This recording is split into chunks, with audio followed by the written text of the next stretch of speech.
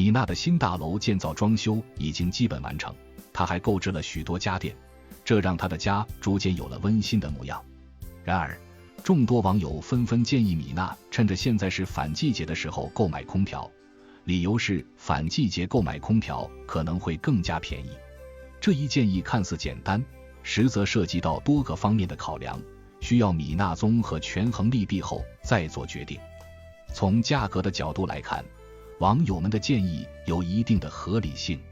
在空调销售的淡季，也就是反季节时期，商家为了吸引顾客，提高销售额，往往会推出各种各样的促销活动。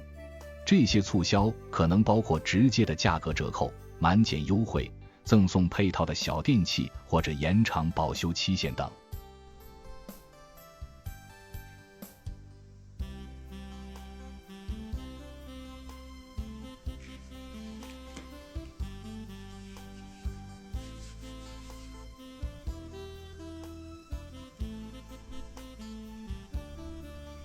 例如，一些空调品牌可能会在淡季将某款原本售价3000元的空调以2500元的价格出售。这对于米娜来说，如果她正好需要购买空调，确实能够节省一笔不小的开支。而且，反季节购买空调还可以有更多的选择空间。在旺季的时候，热门型号的空调可能会供不应求，消费者只能在有限的几款产品中进行挑选。但在反季节，由于需求相对较少，商家可能会有更多的库存积压，这就意味着米娜有机会接触到那些在旺季可能很难买到的型号，无论是功能上更先进，还是外观设计更符合她个人喜好的空调，都有更大的可能性被她买到。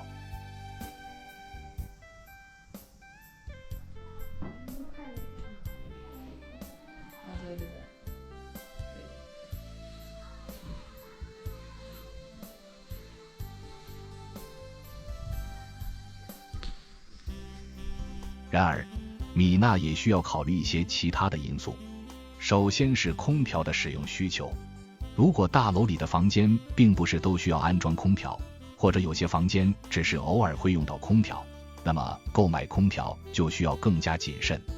毕竟，即使价格便宜，购买后如果使用频率极低，也是一种资源的浪费。比如，一些房间可能只是作为储物室或者书房，平时很少有人在里面长时间停留，这样的房间安装空调的必要性就相对较低。其次，空调的安装和售后服务也是需要关注的重点。反季节购买空调可能会面临安装人员不足的情况，这就会导致安装时间延迟，影响空调的及时使用。而且，如果在安装过程中或者后期使用中出现故障，售后维修人员可能也会因为业务量少而响应不及时。想象一下，在炎热的夏天，空调突然出现故障，而售后维修人员却因为各种原因无法及时上门维修，那将会给米娜带来极大的不便。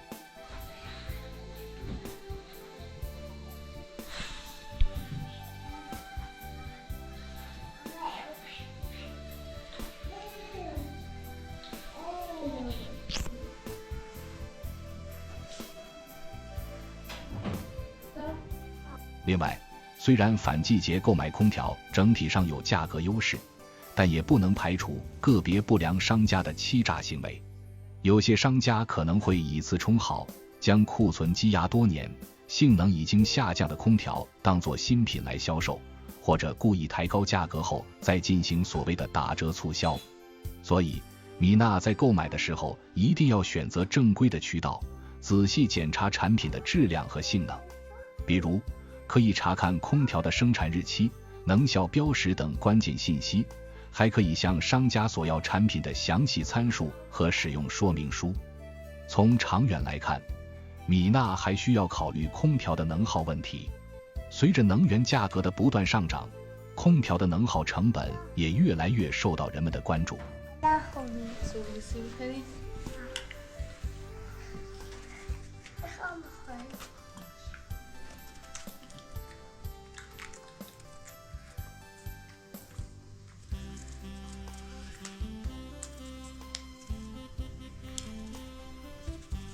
在购买空调时，米娜应该选择那些能效等级高、节能效果好的产品。虽然这些产品在价格上可能会比普通产品略高一些，但是在长期使用过程中，能够为用户节省不少的电费支出。例如，一款能效等级为1级的空调，相比能效等级为3级的空调，在相同的使用条件下，每年可以节省约 20% 的电费。同时，米娜还可以考虑空调的品牌和售后服务。知名品牌通常具有更好的产品质量和售后服务体系，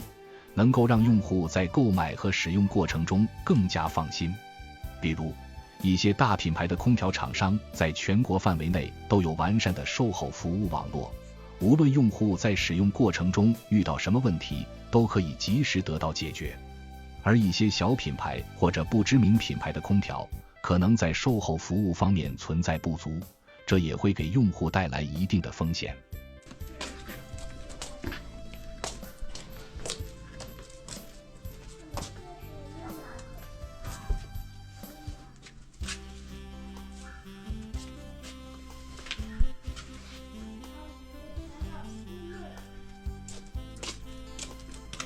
此外，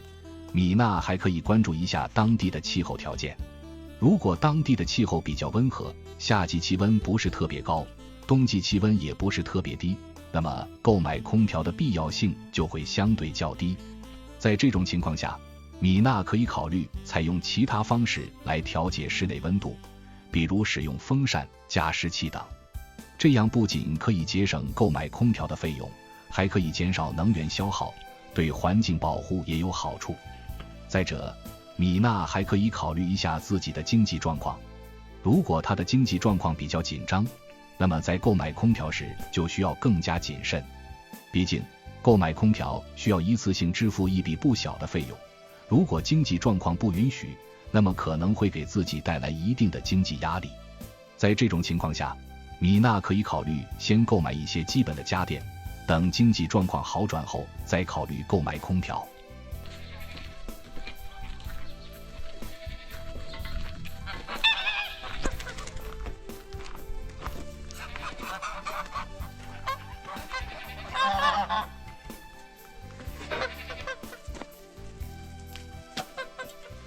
米娜是否应该听从网友的建议，在反季节购买空调，需要综合多方面的因素进行考虑。如果她确实有购买空调的需求，并且能够在购买过程中避开可能存在的陷阱，那么反季节购买空调确实是一个不错的选择。但如果她的使用需求不高，或者经济状况不允许，或者当地的气候条件比较温和，那么她也可以考虑暂时不购买空调，或者选择其他方式来调节室内温度。总之，在购买空调这件事情上，米娜需要根据自己的实际情况做出合理的决策。只有这样，才能让新大楼里的家电配置更加合理，让生活更加舒适和便捷。